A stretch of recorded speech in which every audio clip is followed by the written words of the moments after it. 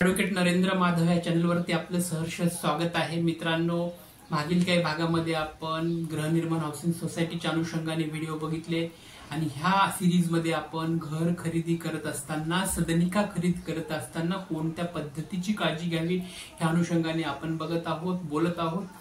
मित्रांनो, ह्या आजच्या भागामध्ये आपल्याला ज्यावेळेस फ्लॅट किंवा सदनिका खरेदी करायची आहे त्यावेळेस आपण अजून महत्वाच्या कोणकोणत्या कायदेशीर गोष्टी आहेत ह्या अनुषंगाने बोलणार आहोत. तत्पूर्वी चॅनल आपल्याला आवडत असेल तर नक्की लाईक आणि सबस्क्राईब कराल, कारण तुमच्या लाईक करण्याने, सबस्क्राईब करण्याने आमचा आत्मविश्वास वाढत असतो आणि नवीन वेगवेगळे व्हिडिओ कायदेशीर दृष्टिकोनातून आपल्यापर्यंत आम्ही नक्कीच घेऊन येण्यासाठी उपक्रत असतो.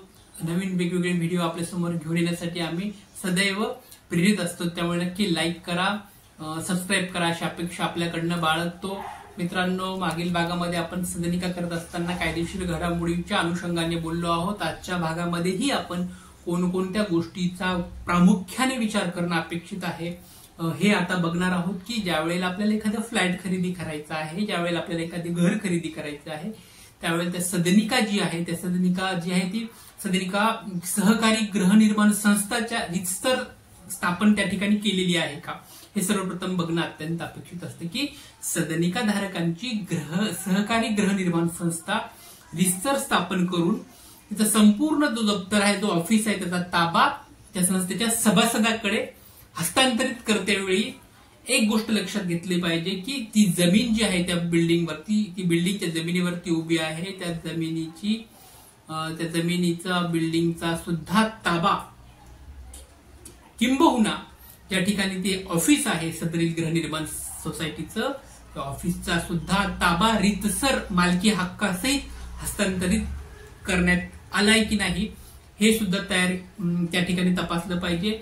ज्या वेळेला संस्थेच्या सभासदाकडे हस्तांतरित करते वेळेला डॉक्युमेंटेशन किंवा जी करारनामा झाला आहे त्यामध्ये ह्या गोष्टीची तरतूद आहे का हे सुद्धा तपासणं अपेक्षित आहे. की जमिनीची मालकी हक्क हस्तांतरित करण्यासाठी जी कन्व्हेन्सिव्ह डीड ज्या ठिकाणी आहे, ज्यामध्ये मूळ करारनामा आहे, तो त्या ठिकाणी तपासून घेणं अपेक्षित आहे आणि त्यामध्ये तशी खात्री असावी. आणि बिल्डरने, विकासकाने गृहनिर्माण हाऊसिंग सोसायटीकडे ज्यावेळेस ती बिल्डिंग त्यांना द्यायची आहे त्यावेळेस ती गृहनिर्माण हाऊसिंग सोसायटीची स्थापना झाली आहे का ते सुद्धा तपासणं अपेक्षित आहे. आणि गृहनिर्माण संस्थेची स्थापना झाल्यानंतर त्या सभासदाकडे ती हस्तांतरित करत असताना त्या फ्लॅट सोबतच ज्या जमिनीवरती ती इमारत उभी आहे त्या जमिनीची सुद्धा मालकी हक्क सदरील गृहनिर्माण सोसायटीकडे किंवा जे काही सभासद त्या इमारतीमध्ये आहेत राहायला त्यांच्याकडे हस्तांतरित करण्याला तपासलं पाहिजे. त्याचबरोबर दुसरी एक गोष्ट अत्यंत महत्वाची आहे मित्रांनो, की जी कॉन्ट्रॅक्ट किंवा जो करारनामा आपण करत असतो त्या करारनामा ज्या अग्रीमेंटमध्ये जी काही तरतुदीनुसार देऊ केलेल्या सर्व सुविधा त्या ठिकाणी आहेत का, आणि बिल्डरने सर्व सुखसुविधा त्यांनी ऍडव्हर्टाईज मध्ये सांगितल्या आहेत किंवा ज्या तरतुदी त्यांनी करारनाम्यामध्ये केलेल्या आहेत त्याची संपूर्ण एकूण एक गोष्टीची पूर्तता त्या ठिकाणी ग्राहकांनी करणं अपेक्षित आहे. आणि त्यानंतर सदरील सदनिका जी आहे, जो फ्लॅट आहे, तिचा ताबा संपूर्ण कागदपत्र तपासूनच त्या ठिकाणी सदरील ग्राहकांनी घ्यावा.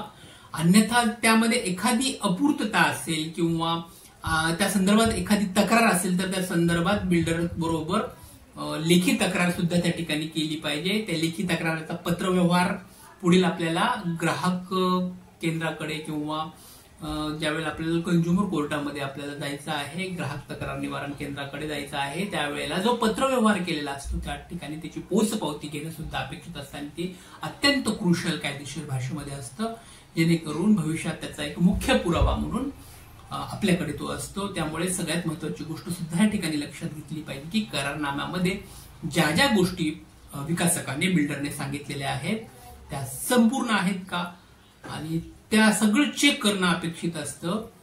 बऱ्याच वेळेला होतं असं की बिल्डर त्या ठिकाणी सांगत असतो की ज्या वेळेस आपण करारनामा केलेला असतो, करारनाम्यामध्ये एखादी बिल्डिंग बनत असताना त्याची बाल्कनीचं क्षेत्र किती आहे, बाल्कनीमध्ये काय काय त्यांनी वापरलेलं आहे, त्यामुळेच घरामध्ये कोणत्या पद्धतीचे फ्लायवूड वापरले आहेत, दार कशा पद्धतीचं वापरलेलं आहे, ह्या सगळ्या गोष्टीची बारकाईने निरीक्षण करणं, ऑब्झर्वेशन करणं अपेक्षित आहे मित्रांनो. कारण करारनाम्यामध्ये जे सांगितलेलं असतं होतं, ज्यावेळेस करारनाम्यामध्ये चांगल्या पद्धतीचा दरवाजा दाखवलेला असतो, चांगल्या पद्धतीचे क्वालिटीचे फरशी स्टाईल्स त्या ठिकाणी दाखवलेले असतात आणि वापरण्यात येणाऱ्या स्टाईल्स, वापरण्यात येणाऱ्या फरशा किंवा दरवाजे वेगळ्या पद्धतीचे असतात. किंवा मग ऍडव्हर्टाईजमध्ये सांगितलेल्या पद्धतीनं बिल्डर म्हणत असतो की आम्ही वेल फर्निश फ्लॅट देऊ, पण मुळामध्ये वेल फर्निश नसतो. त्या ठिकाणी बऱ्याचशा गोष्टींची क्लिष्टता, त्रुटी त्या ठिकाणी असू शकते. त्यामुळे या संपूर्ण बाबींचा अभ्यास आणि तपासणी ग्राहकांनी त्यावेळेला करायला पाहिजे, म्हणजे त्यांची फसगत होणार नाही हे या ठिकाणी लक्षात घेतलं पाहिजे. मित्रांनो, या ठिकाणी थांबूयात.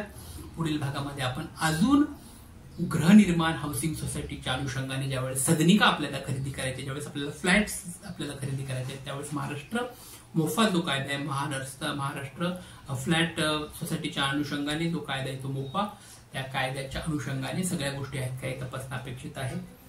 धन्यवाद. Thank you so much.